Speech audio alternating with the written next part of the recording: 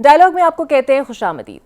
खैबर पख्तूनख्वा के अंदर दहशतगर्दी का मसला भी बढ़ता जा रहा है और गवर्नेंस के मसाइल भी जूं के तूं हैं। इन मसाइल को लेकर गवर्नर खैबर पख्तूनख्वा और वज़ीर आला अली अमीन गंडापुर आमने सामने बयानात में आते रहते हैं। इन्हीं पर बात करने के लिए कि आखिर वहाँ पर मसाइल क्या हैं और तहरीक इंसाफ की हुकूमत इन मसाइल हल करने में कितनी संजीदा है, इन सब पर बात करने के लिए मेरे साथ मौजूद होंगे गवर्नर खैबर पख्तूनख्वा फैसल करीम कुंडी साहब। बहुत शुक्रिया कुंडी साहब आपके वक्त का। केपी में गवर्नर और वज़ीर आला के दरमियान महंगी ज़रूरी समझी जाती है और किसी भी सूबे के लिए हो ये ज़रूरी समझा जाता है, लेकिन आपके और पीटीआई हुकूमत के दरमियान इख्तलाफात काफ़ी ज़्यादा हैं और पीटीआई वाले तो ये इल्ज़ाम भी आप पर लगाते हैं कि आप गवर्नर के नुमाइंदे के तौर पे कम, पार्टी के नुमाइंदे के तौर पे ज़्यादा वहाँ पर काम कर रहे हैं।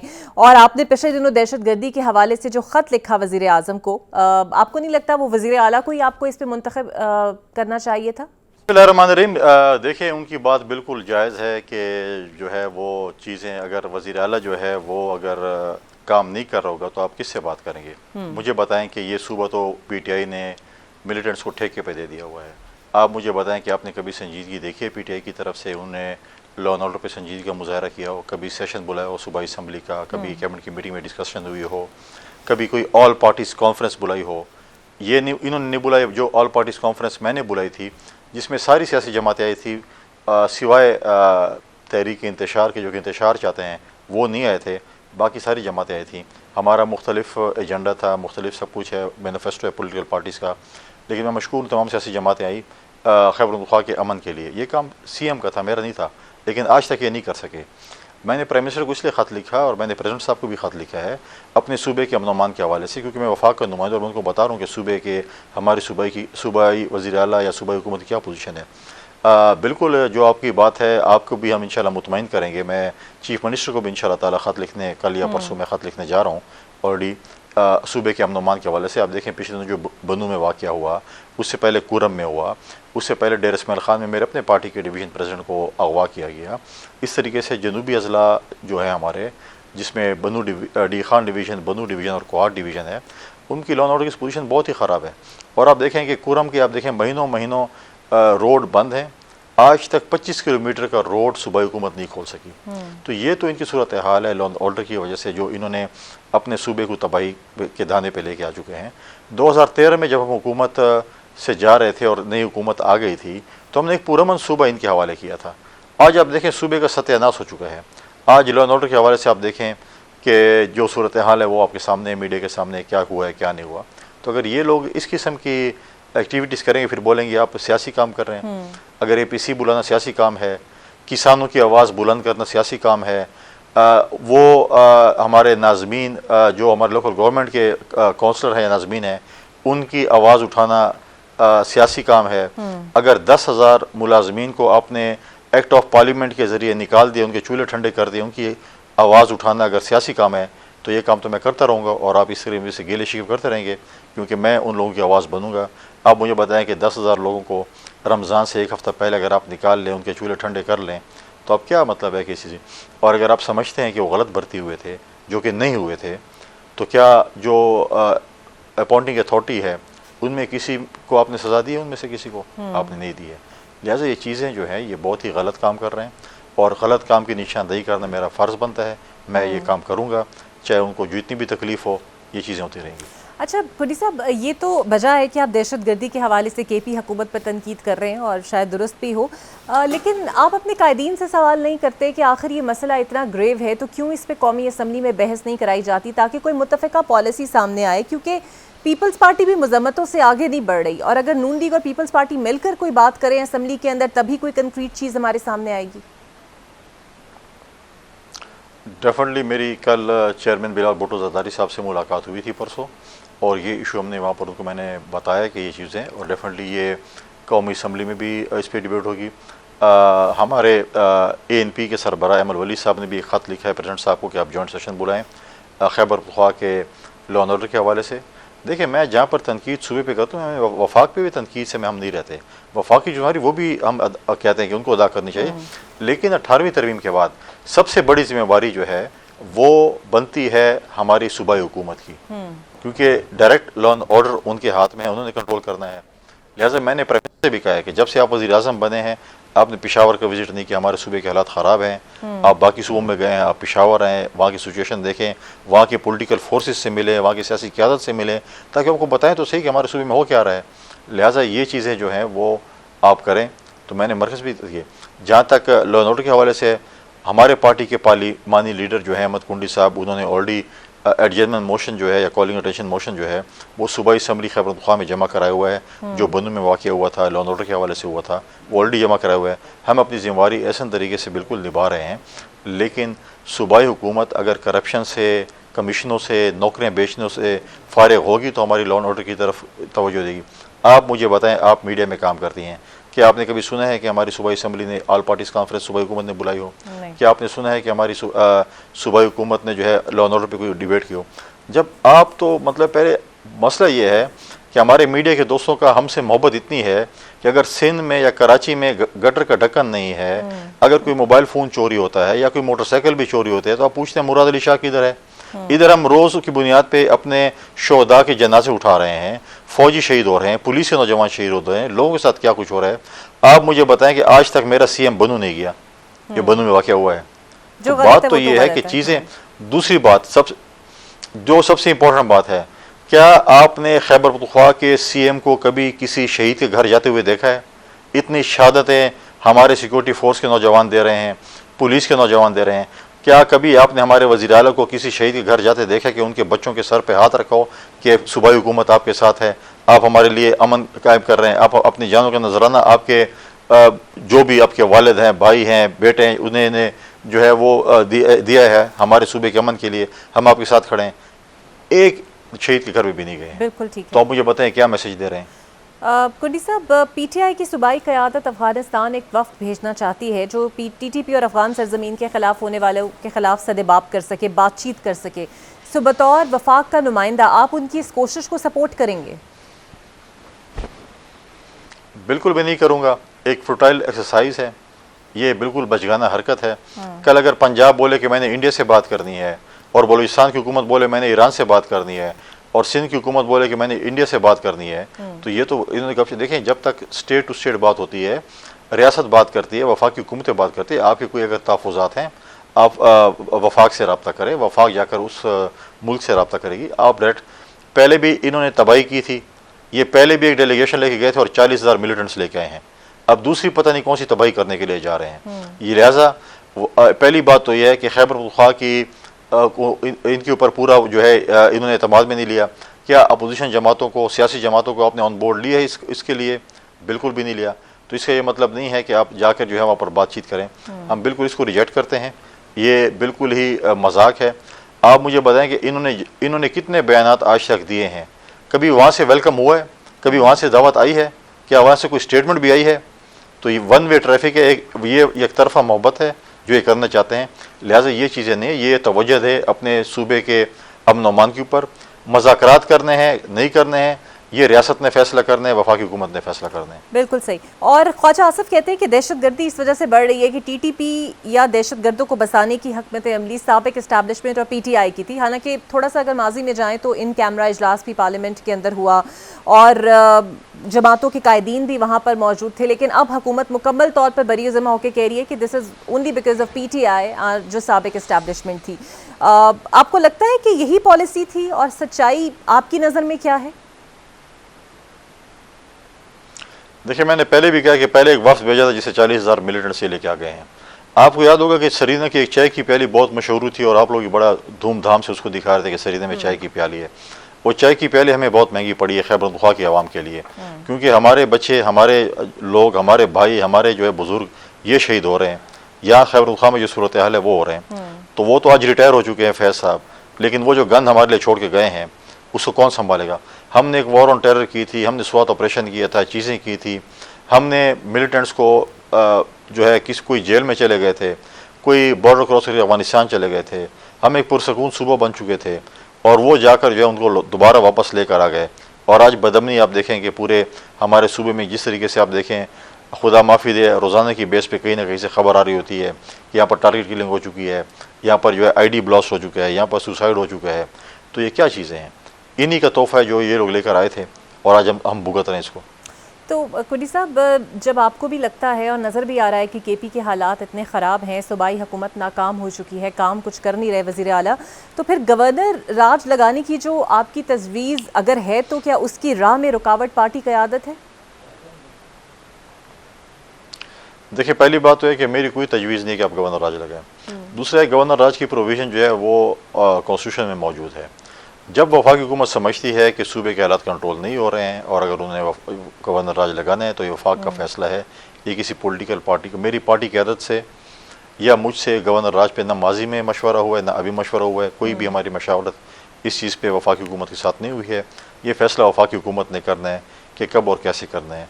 लिहाजा ये चीज़ें जो है ये ना मैं कर सकता हूँ ना मेरी पार्टी कैद कर सकती है। ये वफाक को फैसला करना है कि हालात कब कैसे हैं और फिर ये चीज़ें होंगी। अच्छा फैसल साहब, सूबाई क़यादत ऑब्वियसली दहशत गर्दी को कंट्रोल करने में नाकाम तो हो चुकी है, लेकिन ईद के बाद वफाकी हुकूमत के ख़िलाफ़ एक तहरीक चलाने का ऐलान कर भी चुकी है, तैयारी भी कर रहे हैं। आपको लगता है कि कोई बड़ा पावरफुल ग्रैंड अलायंस मौलाना के साथ मिलाकर ये बना सकते हैं जो कि वफाकी हुकूमत को टफ टाइम दे सकेगा? देखिए, बिल्कुल बनाएं, इनका जमहूरी हक है कि ये कोई अलायंस बनाना चाहते हैं नहीं बनाना चाहते, क्या है या क्या नहीं है। मैं कल भी टीवी चैनल्स देख रहा था और इनके अंदर के जो पॉलिटिकल पार्टीज़ हैं उनके आपस में बयानात में कोई तजाद आ रहा था। कोई सीएम साहब ने कोई मौलाना साहब के मुतालिक कोई बयान दिया, मौलाना साहब के तर्जुमान ने पीटीआई को कहा। असल में ये दो पीटीआई, एक सरकारी पीटीआई है और एक पॉलिटिकल पार्टी जो इनकी है। यहाँ पर वो जो पीटीआई है वो आकर मौलाना साहब के पाँव पड़ती है कि आप हमारे सियासी मसीहे हैं, आपके पीछे नमाज़ें भी हलाल हो चुकी हैं, दुआएं भी कबूल होती हैं, आप हमें इस सियासी गर्दाब से निकालें। ये हम जब कहते थे और हम कहते हैं कि जमहूरियत बेहतरीन इंतकाम है, तो आज देखें वही पीटीआई वाले क्या क्या कुछ नहीं कहते थे, कैसे कैसी बातें करते थे इनके चेयरमैन और इनके लोग। आपके चैनलों में कैसे कैसे छलांगे लगा लगा कर मौलाना साहब को बुरा भला कहते थे। आज वही लोग मौलाना साहब के पाँव पड़े हुए हैं कि आप हमें इस गर्दाब से निकालें। और जहाँ तक सरकारी पीटीआई है जो कि खैबर पख्तूनख्वा में मौजूद है, उनकी ड्यूटी उन्होंने लगाई हुई है कि आप मौलाना साहब के जो है बुरा भला कहें, गालम गलोच करें। तो पहले पीटीआई जो है इस इत्तेहाद का जो सबसे डैमेजिंग फैक्टर होगा, इस इत्तेहाद में सबसे जो इत्तेहाद नहीं होगा तो पीटीआई की वजह से ही नहीं होगा, क्योंकि पीटीआई पे ट्रस्ट नहीं है पॉलिटिकल पार्टीज़ को। बाकी पॉलिटिकल पार्टीज़ हैं, चाहे वो आपस में इत्तेहाद में हैं या नहीं है, एक दूसरे पे कम से कम ट्रस्ट करते हैं। माजी में इत्तेहादी भी रहे हैं, मुखालिफ भी रहे हैं, लेकिन एक ऐसी पीटीआई जिस पे ऊपर अपनी पार्टी एतमाद नहीं करती है। लिहाजा मैं नहीं समझता कि ऐसा कुछ इत्तेहाद बनने के लिए जा रहे हैं। और अगर बन भी जाए, ये सियासत है, शायद हो भी जाए, लेकिन नज़र नहीं आता मुझे कि ऐसा कुछ इत्तेहाद जो है वो बनेगा। अच्छा सर, काबीना में इजाफा हुआ है, लेकिन हमने देखा कि एक बार फिर काबीना में शमूलियत इख्तियार नहीं की गई पीपल्स पार्टी की जानिब से, और लग भी ऐसा रहा है कि आप लोग हुकूमत का बोझ उठाने के अंदर इंटरेस्टेड नहीं है, सिर्फ आइनी ओहदे रखने तक ही महदूद रहना चाहते हैं। और इसीलिए शायद नून लीग तो यहाँ तक कहती है कि आप लोग ये इसलिए नहीं कर रहे ताकि कल को आप लोगों पर कोई इल्ज़ाम ना आए और आप लोग हाथ झाड़ कर एक साइड पर हो जाएँ। नहीं, देखें, पहले दिन से ये फैसला हुआ था कि पाकिस्तान पीपल्स पार्टी जो है वो काबीना का हिस्सा नहीं बनेगी। इलेक्शन के बाद जब पहली सीसी की मीटिंग हुई थी, उसमें जब हम इत्तेहाद कर रहे थे इसके साथ अपना पीएमएलएन के साथ, तो हमारा ये फैसला हुआ था कि हम कैबिनेट के हिस्सा नहीं बनेंगे। मीडिया के ज़रिए हम रोज़ देख रहे थे कि हमें ऑफ़र आ रही हैं, कभी इसने ऑफ़र कर दी है, कभी किसी ने ऑफ़र कर दी है, और हम शामिल हो रहे हैं, बस हफ्ते बाद शामिल हो रहे हैं, 15 दिन बाद शामिल हो रहे हैं। तो ये मीडिया के ज़रिए में जो है वो पता चल रहा था, लेकिन एज सच हमारा जो है सीसी ने फैसला नहीं किया था। फिर अभी रिसेंटली हमारी दूसरी अभी जो सीसी हुई थी कुछ अर्सा पहले, उसमें भी फैसला हुआ था कि हम काबीना का हिस्सा नहीं बनेंगे, हम हुकूमत को सपोर्ट करेंगे। लिहाजा पहले दिन से हमारा था, क्योंकि हमारी जो 16 महीने की हुकूमत थी उसमें शायद ये कहा जा रहा था कि इत्तेहादी जमातें प्रोग्रेस नहीं करने दे रही हैं, फंसे हुए हैं, फैसले नहीं कर सकते ज़्यादाना। इसलिए हमने कहा कि इस दफ़ा पीएमएलएन को चांस दिया जाए कि वो ज़्यादाना फैसले भी करें, उनके ऊपर प्रेशर भी ना हो, और हम उनको सपोर्ट करेंगे। लेकिन हम बिल्कुल तनकीद करेंगे, तनकीद बराए इस्लाह करेंगे। जहाँ पर गलत होंगे हम इनको बोलेंगे इस चीज़ की आप जो है वो इसको ठीक करें। तो लिहाजा हमारा काम चलता रहेगा, हम तनकीद बराए इस्लाह करेंगे। और ये है कि हमारी जब भी अगर हमने काबीना में जाना होता, या अगर फ्यूचर में हम जाएंगे, फॉर एग्ज़ाम्पल कोई भी अगर फैसला होगा, जो भी करेंगे वो हमारी पार्टी की सीसी या हमारी कोर कमेटी करेगी। और सर, नून लीग और पीपल्स पार्टी की तलखियाँ भी और बयानबाजियाँ भी अरूज पर हैं। आप लोगों का गिला है कि तयशुदा मामलात से इनहराफ कर रही है नून लीग, हल नहीं कर पा रही। पिछले दिनों सुना था कि शायद जरदारी साहब और शहबाज शरीफ साहब की मुलाकात हो, लेकिन नहीं हो पाई, और अब बाज़गश्त है कि शायद शहबाज शरीफ साहब और बिलावल साहब की मुलाकात होगी। तो क्या ये मामलात हम समझें कि हल हो जाएंगे? देखें, जहाँ तक मुलाकात का वो है मामला है, जब प्रेसिडेंट ज़रदारी साहब लाहौर गए थे तो उनके शेड्यूल में कोई ऐसी मुलाकात नहीं थी कि वो मियाँ नवाज शरीफ साहब के साथ कोई उनकी मुलाकात कोई तय हो, लिहाजा कोई ऐसी नहीं थी। मीडिया के ज़रिए था, और डेफिनेटली जब प्रेसिडेंट ज़रदारी साहब जब गए थे लाहौर तो मीडिया ये समझ रहा था कि शायद वो मुलाकात करें नवाज शरीफ साहब के साथ, लेकिन ऐसा कुछ था नहीं। फिर वो इस्लामाबाद आए, फिर दोबारा गए और कहा जी स्पेशली नवाज शरीफ साहब से मिलने आए हैं, लेकिन ऐसा सच कोई ऐसी बात नहीं थी जिससे वो नवाज शरीफ साहब से मिलने के लिए आ रहे हैं। जहाँ तक हमारी बयानबाजी का है, देखें जब हुकूमत साजी हो रही थी तो उसमें पाकिस्तान पीपल्स पार्टी और PMLN के एक मुआहदा साइन हुआ था या कमिटमेंट्स हुई थी, जो कि उन्होंने कहा था कि हम हुकूमत के बाद हम ये कमिटमेंट्स हमारे यहाँ हम करेंगे। तो हम बार बार उनको याद दहानी कर रहे हैं कि आपने कमिटमेंट्स किए हैं उसको आप ऑनर करें। हम उससे कोई चीज़ ज़्यादा नहीं मांग रहे हैं, लेकिन जो आपने कमिटमेंट्स किए हैं कम से कम उस चीज़ को जो है वो आप ऑनर करें। लेकिन वो आज तक उसको जो है वो ऑनर नहीं कर सके। उसमें सब कमेटीज़ भी बनी, मुख्तलिफ कमेटीज़ बनी, बैठे रहे, बातचीत भी हुई, कोई फ्रूटफुल रिजल्ट नहीं निकला।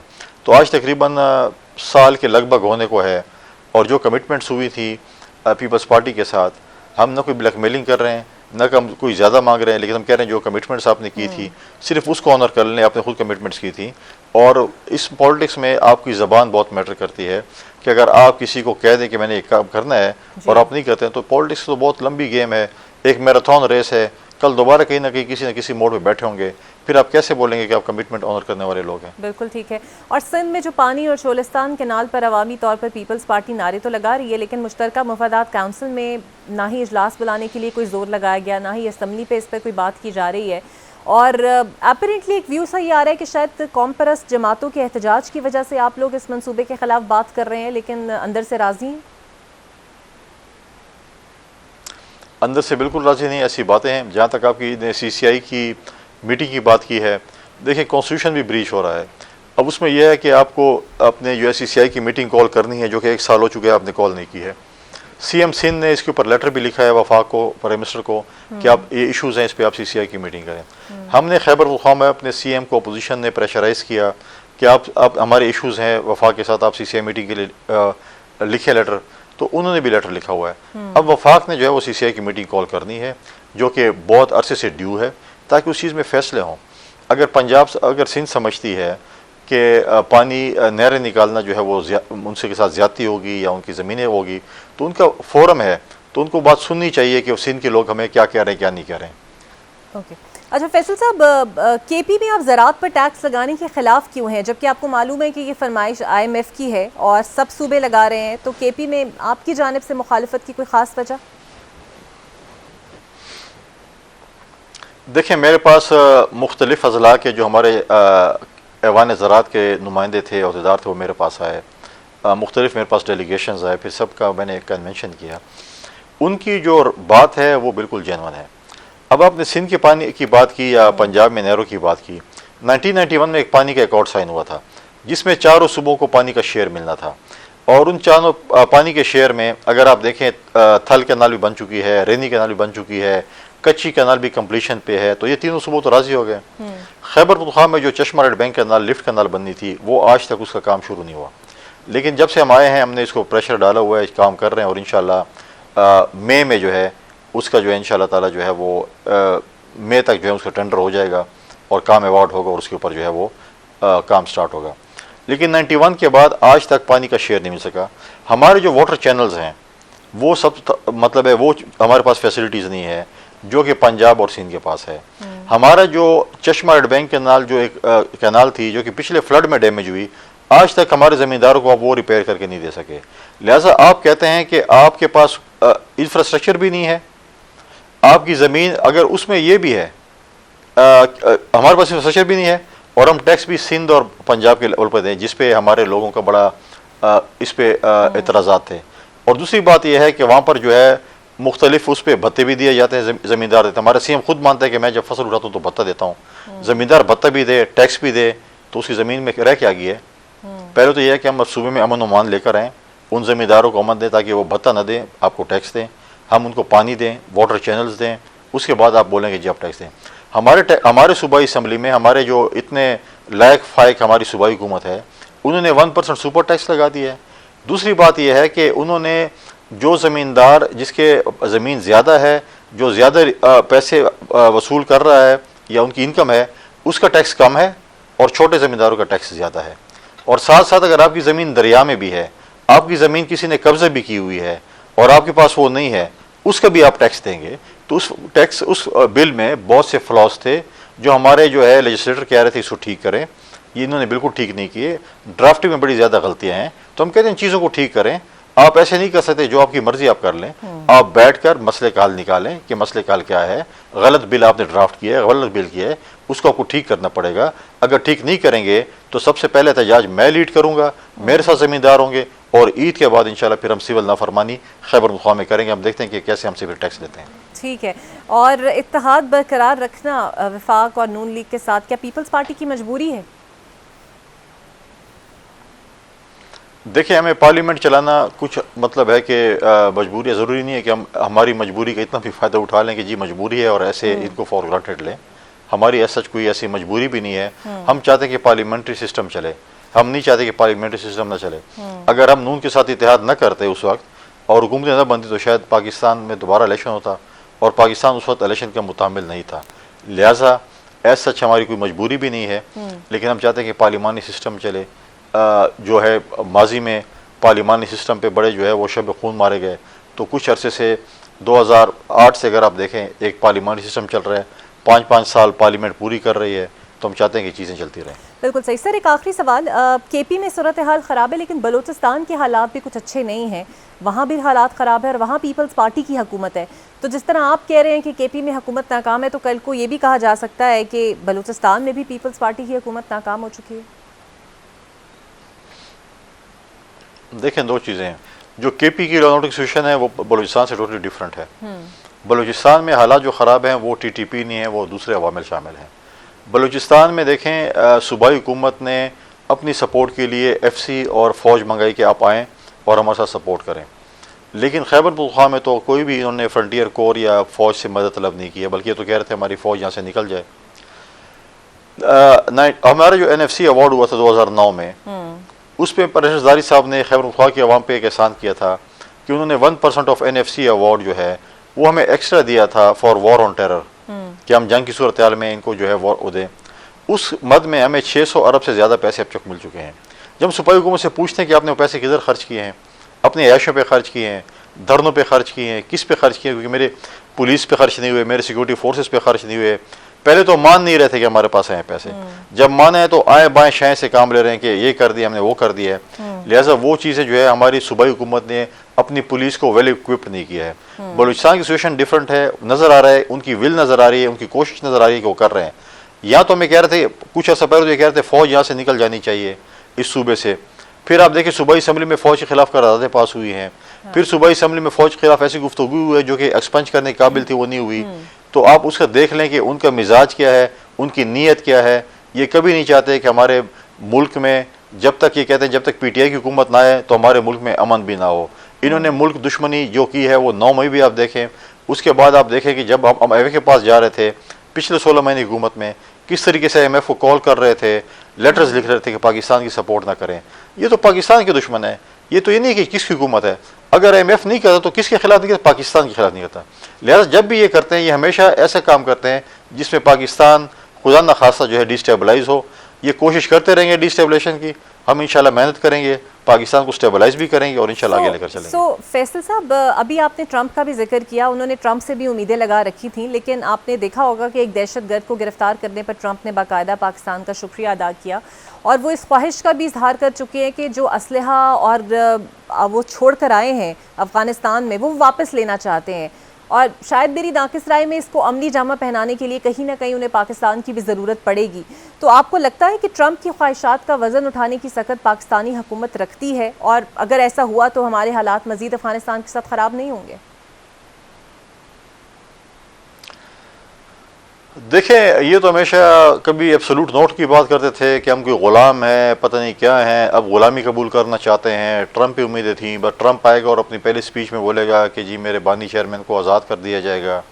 क्यों, क्या उन्होंने पाकिस्तान में, देखें पाकिस्तान में अदालती निज़ाम है, अदालतों ने सज़ा दी हैं। इनको न NRO मिलना है, न इनको कोई ट्रंप ने बचाना है, न किसी और बाबू ने बचाना है। इन्होंने जो करतूत किए हैं वो भुगतेंगे और उसके बाद फिर उनकी जो है रिलीज़ होगी। जो चीज़ें जो हैं, ये चीज़ें अगर ये ऐसे समझते हैं कि कोई आएगा और हमें जो है ना बस हमें उठा के ले जाएगा। ऐसी चीज़ें जो है वो अपने वोटरों को एंगेज करने के लिए बात हो सकती है कि अपने वोटरों को एंगेज करें कि बस अभी ट्रंप आ जाएगा, अभी फलां आ जाएगा, बस आज ही नहीं तो कल। तो ये अपने वोटर्स को एंगेज करने के लिए ये काम कर रहे हैं, क्योंकि जो कि बड़े मायूस हैं, इनकी अपनी स्ट्रेटजी से बहुत मायूस हैं, इनके रवैयों से बहुत ज़्यादा मायूस हैं, इनकी अपनी की इंटरनल फाइट्स की वजह से बहुत मायूस हैं।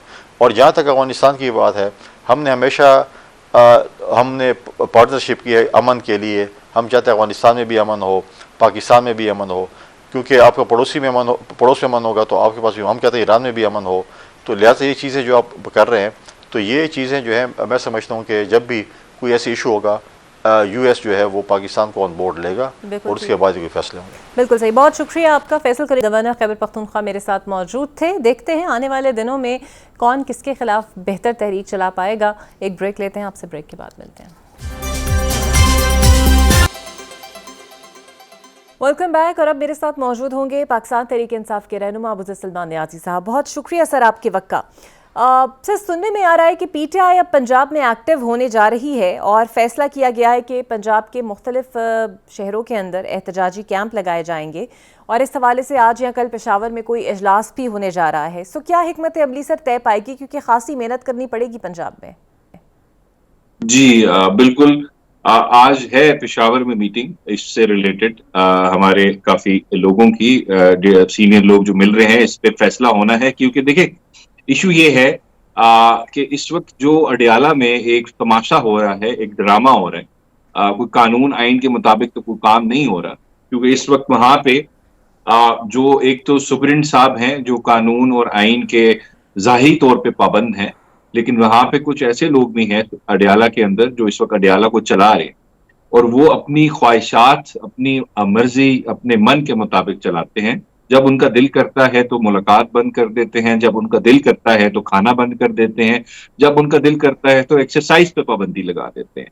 तो जो इंसानी फंडामेंटल ह्यूमन राइट्स हैं, जो कॉन्स्टिट्यूशन ऑफ पाकिस्तान खान साहब को ग्रांट करता है या उनकी वाइफ बुशरा बीबी को ग्रांट करता है, जो प्रिजन रूल्स हैं, जो जेल रूल्स हैं जो ग्रांट करता है, और उसके अलावा जो इस्लामाबाद हाई कोर्ट के फैसले हैं जिनमें कहा गया है कि उनको बेसिक ह्यूमन राइट्स देने हैं, उनको फैमिली से मिलना देना है, उसकी एक्सेस रिस्ट्रिक्ट नहीं करनी, बुकला से मिलने देना है, फिर उसके बाद पॉलिटिकल लोगों से मिलने देना है, लेकिन उन चीज में उसमें से किसी चीज का लिहाज नहीं किया जा रहा, उनको बुरी तरह ब्रूटली वायलेट किया जा रहा है। और खास साथ साथ, और ये इस मुल्क में जो लाकानूनियत का, फस्तायत का, गैर आईनी एक सूरत हाल को लागू किया हुआ है इस मुल्क के ऊपर, तो उसके खिलाफ एक प्रोटेस्ट बिल्कुल पाकिस्तान तहरीक इंसाफ ने ये प्लान किया हुआ है और अभी इसको फाइनल एग्जीक्यूशन स्टेज पे लेके जाना है। उसमें अभी जो मोडालिटीज हैं जो तय हो रही हैं, सारा कुछ किस तरह इसको एग्जीक्यूट करना है, इम्प्लीमेंट करना है, वो भी आ जाएंगी 2-3 दिन तक सामने। और रमज़ान का पहला अशरा सर मुकम्मल होने को है और ईद के बाद आप लोगों ने एहतजाजी तहरीक शुरू करनी है, लेकिन जिस तरह के बयानात आ रहे हैं लग नहीं रहा, और स्पेसिफिकली जिस तरह सलमान रकब राजा और गंडापुर साहब बयानात मौलाना के लिए दे रहे हैं, ये इत्तेहाद हो पाएगा आपका जेयूआई के साथ? देखिए अभी कुछ चीजें हैं जो जेयूआईएफ के साथ हमारी तय होनी है। आज कुछ उन्होंने कुछ उनकी डिमांड्स हैं, लेकिन वो डिमांड्स अभी हमने खान साहब तक कन्वे करनी है, फिर उनसे उस पर फीडबैक लेना है। जाहिरी बात है फैसला वो करते हैं। कुछ वैसे तो पार्टी चल जाती है, लेकिन कुछ कोर क्रिटिकल इश्यूज होते हैं जो खान साहब से मुशावरत के बगैर, उनकी गाइडेंस के बगैर उस पर फैसला लेना मुश्किल होता है। ये बयानात तो देखें आ जाते हैं बहुत, यहाँ पे तो ऐसे भी होता है कि कुछ इंडिया पाकिस्तान की जंग भी लग रही होती है, लेकिन एक नंबर होता है हॉटलाइन का जिसके ऊपर बातचीत चल रही होती है। तो बातचीत तो हो रही है हमारी मौलाना फजल रहमान साहब से, कुछ कॉमन ऑब्जेक्टिव्स हैं, कुछ कॉमन गोल्स हैं, उसके ऊपर हमारा काम होना है, आगे हो जाएगा। इसमें इतना इशू नहीं है, कुछ ऐसे बयानात से फर्क नहीं पड़ता। और सर आखिर मौलाना साहब के तहफ़्फ़ुज़ात हैं क्या जिसके ऊपर अभी तक पीटीआई और आपकी अनबन है, या फिर वो लोग जो बता रहे हैं वो बता रहे हैं और वो पूरे भी नहीं हो रहे? देखें, वो अगर तहफ़्फ़ुज़ात इस वक्त आ चुके होते आपके सामने, अगर वो बताने वाले होते, जाहिरी बात है वो चीजें हैं कुछ इस वक्त हम डिस्क्लोज नहीं कर सकते, क्योंकि कुछ सेंसिटिव बातें हैं और अभी प्री मैच्योर स्टेज है उनको डिस्क्लोज करने का भी। जब उस पर कुछ फ्रूटफुल डिस्कशन हो जाएगी कुछ उस पर डेवलपमेंट हो जाएगी तो बिल्कुल सामने आ जाएंगे आप लोग, आपके सामने इस वक्त। वो भी खान साहब से पहले हम कम्युनिकेट करना चाह रहे हैं, उसके बाद फर्दर उस पर कुछ बात। बिल्कुल सही। और वुकला की टीम क्यों तब्दील की गई है? क्योंकि इनमें से ज़्यादा वुकला तो वही थे जो टीवी टॉक शोज़ में भी आ रहे थे और पार्टी पॉलिसी भी बताते थे, लेकिन क्या ऐसा तो नहीं है कि अब बानी को भी लगना शुरू हो गया है कि खुद नुमाई ज़्यादा हो रही है और काम कम हो रहा है? नहीं, ऐसा कुछ नहीं। अच्छा, ये मैं एक और चीज बता दूं, ये शायद गलत इंफॉर्मेशन बाहर आई है। वुकला की टीम तब्दील नहीं हुई, एक सिर्फ एडिशन हुई है। जो जेल से रिलेटेड मामलात हैं, उससे रिलेटेड जो केसेस फाइल होने हैं, दरख्वास्तें फाइल होनी है, उसमें एक वकील साहब को ऐड किया गया है। ना किसी को रिमूव किया गया है और ना किसी को ये कहा गया है कि आपकी परफॉर्मेंस ठीक है, नहीं है।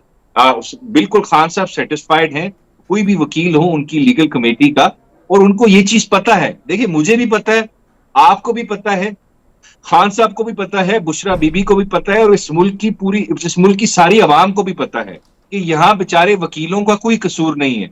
यहाँ पे कसूर अगर है तो वो उनका है जिन्होंने इस मुल्क की जो अदालतें हैं, जो इस मुल्क की जुडिशरी है, उसके ऊपर कब्जा किया हुआ है। पहले तो देखें, 26वीं आईनी तरमीम जब नहीं आई थी, उस वक्त तो हम देखते थे कि आपका इनफॉर्मल इंटरफेरेंस होती थी जुडिशरी के अंदर। किसी के रिश्तेदार को अगवा कर लिया, किसी रिश्तेदार को करंट लगा दिया, इस तरह की।